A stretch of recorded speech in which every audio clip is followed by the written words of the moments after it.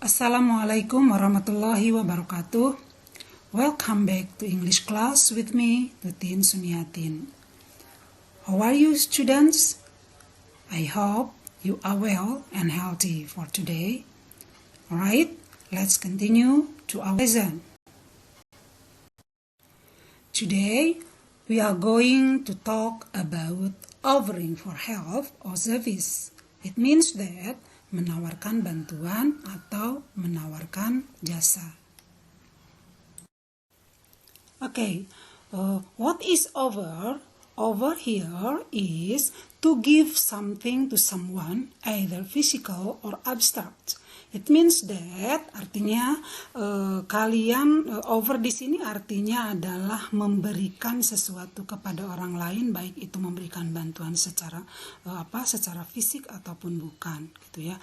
So, what is offering help or service? Offering help or service is used to offer service or help to other. Jadi ini digunakan untuk menawarkan bantuan atau jasa kepada orang lain, gitu ya. Jadi anak-anak di sini mungkin dalam kehidupan kita sehari-hari kita sering kali menawarkan bantuan kepada teman kita atau menawarkan jasa gitu ya. Nah itu sering kita lakukan pada kehidupan kita sehari-hari. What is the social function of offering help or service? Apa sih fungsi sosial dari ungkapan menawarkan bantuan atau layanan ini? Nah, fungsi sosial dari menawarkan bantuan or offering help is to maintain interpersonal relationship with others by offering help or service. Artinya adalah untuk menjaga hubungan interpersonal antara individu satu dengan individu yang lainnya. Jadi anak-anak, ketika kita menawarkan bantuan kepada keluarga atau teman, berarti kita menunjukkan bahwa kita itu peduli terhadap orang-orang di sekitar kita. Jadi kita jangan sungkan untuk memberikan bantuan kepada orang lain atau menawarkan bantuan kepada orang lain. Bagaimana sekarang unsur kebahasaan dari ungkapan menawarkan bantuan? Oke, ketika kita menawarkan bantuan atau layanan, maka frasa yang umum digunakan adalah modal verb seperti can, could, ya, and would, gitu ya. Di sini ibu tandai dengan warna merah. Ini biasanya modal verb yang sering kita gunakan untuk membuat kalimat menawarkan bantuan. Oke, baiklah Nana, coba kita lihat tabel yang ada di slide kalian.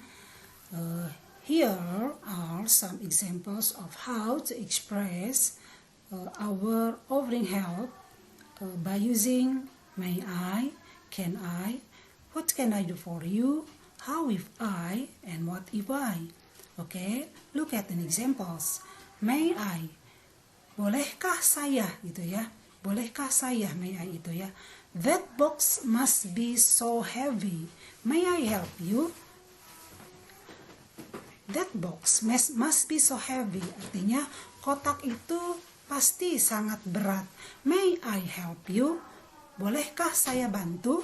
Itu ya, bolehkah saya bantu? Nah itu dengan menggunakan may I. Coba kalian perhatikan ya, yang dicetak dengan warna kuning itu kata may I, artinya bolehkah saya, itu ya.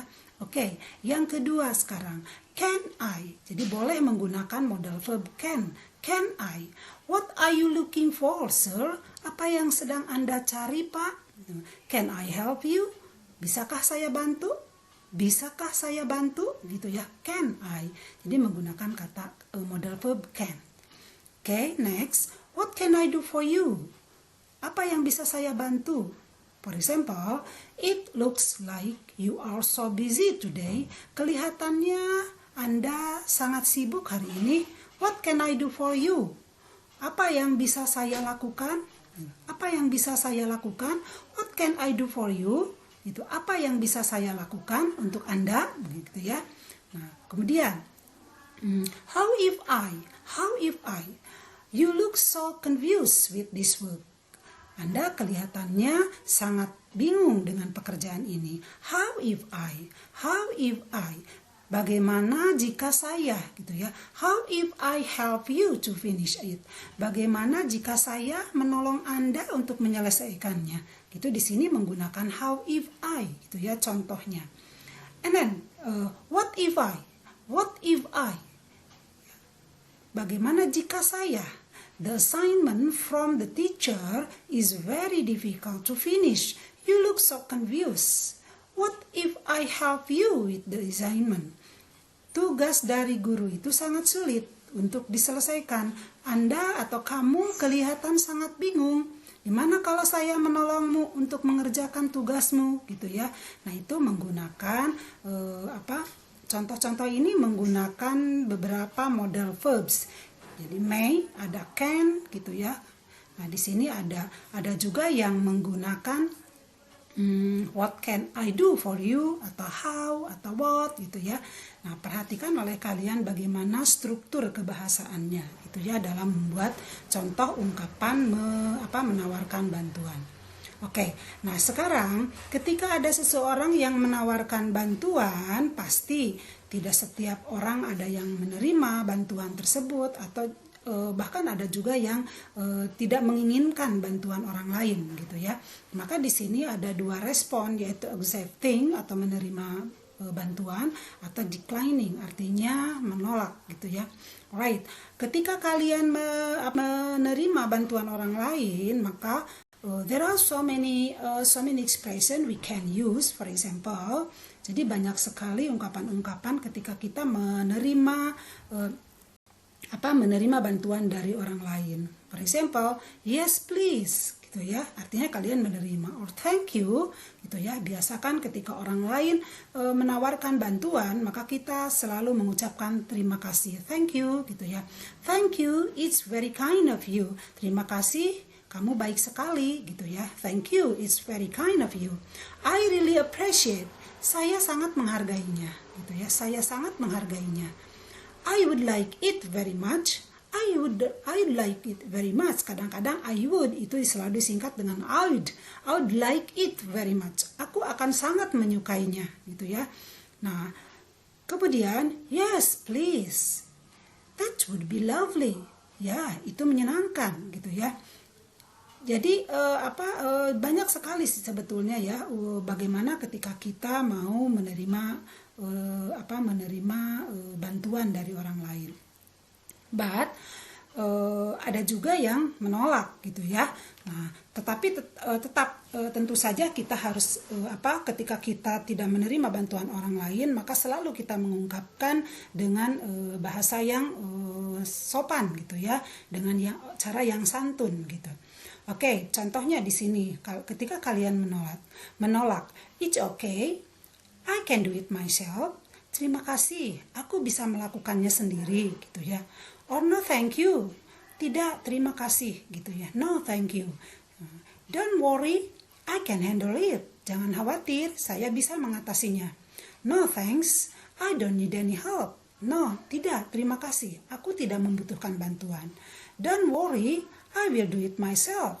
Jangan khawatir, aku akan melakukannya sendiri. Nah, ini contoh-contoh ketika kalian mau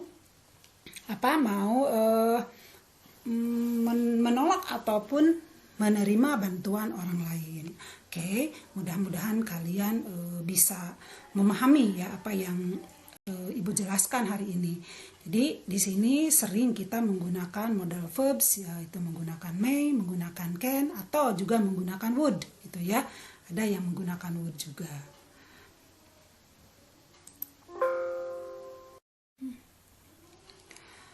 Oke, nah sekarang kita lanjutkan ya anak-anak ya.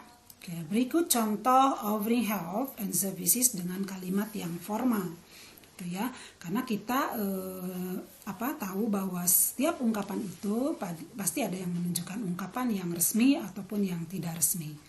Oke, di sini adalah contoh kalimat yang formal, gitu ya. May I help you? Nah, perhatikan di sana ada kata may I. May I help you? Ada yang bisa saya bantu, gitu ya.